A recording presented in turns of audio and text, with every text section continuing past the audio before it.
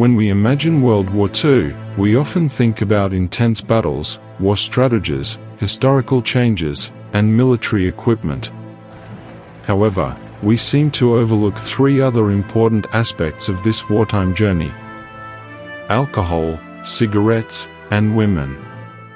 Yes, these three things certainly had an impact on soldiers, diplomats, and civilian populations during this period. In contrast to World War I, the role of alcohol in World War II was more widely documented during this period. During the Third Reich, alcohol served as a lubricant, or justification for members of the SA, SS, or German police to commit acts of violence. After the war began in September 1939, extreme actions became more common. Drinking rituals and parties became crucial for the men who involved in criminal activities. Many of these men engaged in such rituals before committing mass murder, or even genocide. The highest levels of drunkenness occurred among the German soldiers and police who involved in the genocide at the Treblinka concentration camp. One of the survivors even said that, every day, the SS members held a gun or stick in one hand, and a bottle of schnapps in the other. Initially, German soldiers were encouraged to consume alcohol to boost their morale during combat. However, this attitude changed after Germany invaded France. At that time, Hitler issued a statement: "I expect that members of the Wehrmacht, who allow themselves to be tempted to engage in criminal acts as a result of alcohol abuse, will be severely punished." Hitler's statement was also driven by the Nazi government's increase in alcohol taxes and significant restrictions on alcohol products. During World War II, at least every city in Germany had one beer production facility. However, some major beer producers had distribution depots throughout Germany. Some popular beers consumed by German soldiers included Dortmunder Hansa, Jägermeister, and Schnapps. Unfortunately, towards the end of World War II, especially when the Allied forces began bombing German territory, several beer factories in Germany were destroyed and damaged. On February 24, 1945, the Lobusch Brewery, a beer production facility, was hit by an Allied air raid, causing large barrels to explode, and the streets to be filled with beer. Similar to their Japanese counterparts, in the Pacific Theater, Japan also held drinking parties among military personnel. Initially, alcohol consumption rules were quite strict among Japanese soldiers, and they could typically buy alcohol during leaves, or when commanders allowed it. However, as the war neared its end, kamikaze squadron pilots would often have drinking parties before spending their remaining time alive. They did this to cope with the immense pressure in their lives. This ritual drinking also extended to sailors as the Japanese Navy carried out suicide missions against the United States. The Yamato Guard ship's crews also engaged in drunken rituals late into the night. According to Captain Tamechi Hara, of the Yahagi ship, other guard ship captains also participated in similar rituals at that time.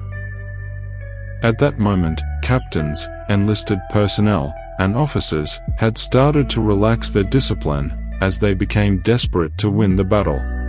This led to late-night drinking sessions.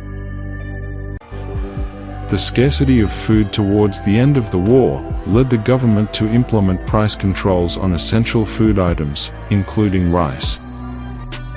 Unfortunately, the government's failure to stabilize food supplies forced Japan to ration its food. This rationing had an impact on the beverage industry. Traditional Japanese beverage producers, such as sake makers, began mixing alcohol into their products, leading to the decline of the pure rice fermentation tradition. In contrast, the Allies, especially the British, they had a more liberal attitude toward alcohol. This can be attributed in part to Winston Churchill himself, known as a prime minister who enjoyed hard liquor. For the British government, beer was a significant source of funding for the war against Germany because between 1939 and 1940, liquor taxes increased threefold.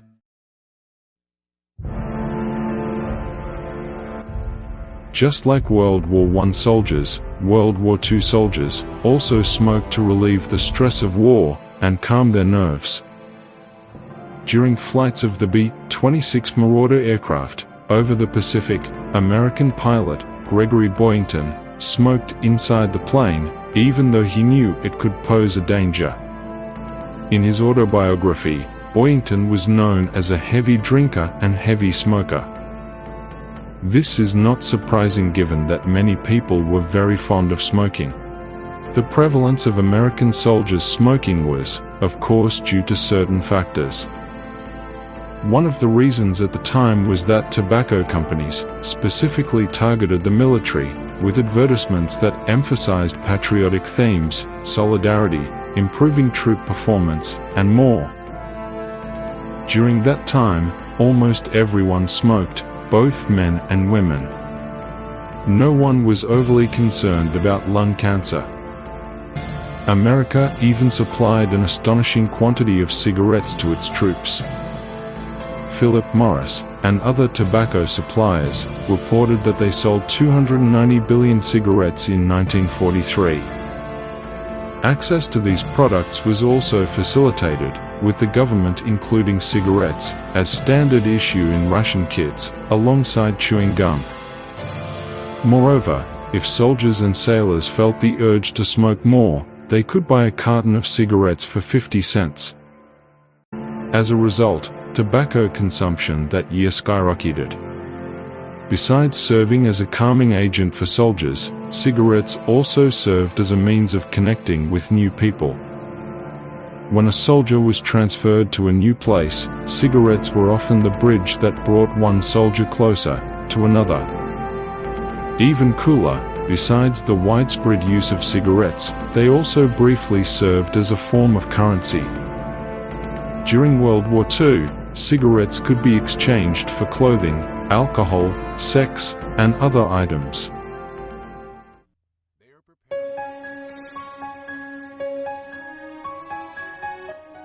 In this section, we may discuss the heartbreaking aspects of women during World War II.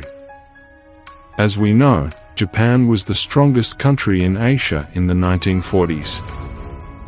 Despite its reputation for strength, this was undoubtedly matched by the pressure and stress they endured.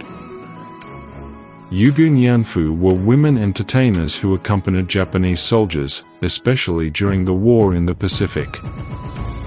Many of these women had to fulfill the sexual needs of Japanese soldiers in a harsh and inhumane manner. Although these actions were highly contrary to Eastern culture, these women had no other choice due to the fear of threats and terror from Japanese soldiers. In the early stages of the Asia-Pacific War, the Japanese government recruited Yugu Nyanfu in large numbers, often through advertisements for prostitutes in regions such as Manchuria, Korea, China, and Japan. As sex workers, health issues were a real threat to them. Therefore, to address this issue, the government was responsible for sending condoms to Japanese-occupied areas. It is recorded that in 1942, Japan sent 32.1 million tons of condoms abroad. Now, let's turn away from Japan. During World War II, women in the Allied countries played a crucial role. They were not hesitant to dedicate their time, energy, and even their lives to their respective nations. Unlike the Axis powers, these countries were relatively slow to employ women in their war industries. Hitler even mocked the United States at the time for being perceived as incompetent for hiring women. According to Germany, women should serve as good wives and mothers, and have many offspring for the Third Reich. In contrast, General Eisenhower stated that the contribution of the women of America whether on the farm, or in the factory, or in uniform, to D-Day was a sine qua non of the invasion effort.